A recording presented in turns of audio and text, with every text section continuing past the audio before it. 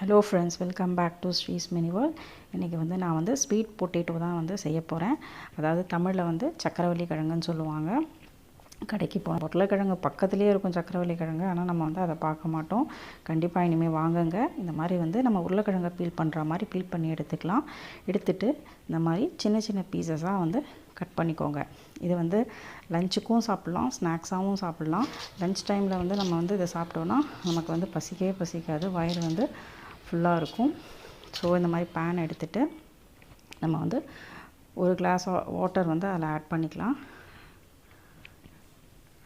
அதுக்கப்புறம் இந்த சக்கரவள்ளி கிழங்கை அதில் போட்டுட்டு வேக வைக்க போகிறோம்.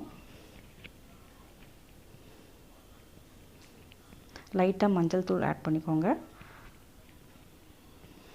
சால்ட்டும் ஆட் பண்ணிக்கலாம். சால்ட் அதிகமாக ஆட் பண்ணாதீங்க, ஏன்னா அது ஆல்ரெடி ஸ்வீட்டாக இருக்கும். அதனால் சால்ட்டை லைட் ஆட் பண்ணிக்கோங்க.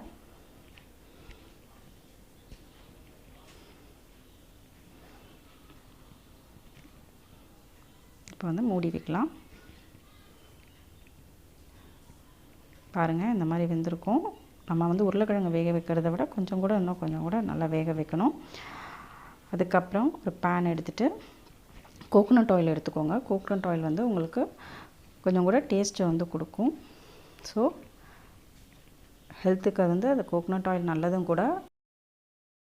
கடுகு, காஞ்ச மிளகாய், கருவேப்பிலை, இது மூணும் சேர்த்து நம்ம தாளிக்க போகிறோம்.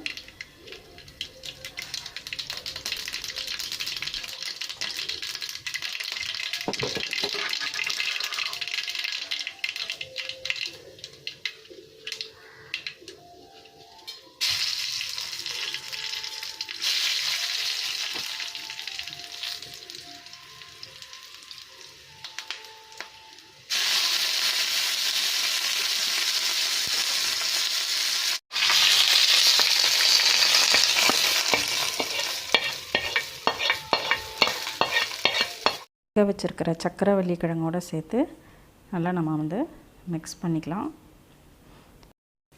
இந்த வீடியோ பார்க்குற எல்லோரும் இந்த மாதிரி சக்கரவள்ளி கிழங்கை செஞ்சு சாப்பிட்டு பாருங்கள். ரொம்ப டேஸ்டியாக இருக்கும், ஹெல்த்தியானதும் கூட.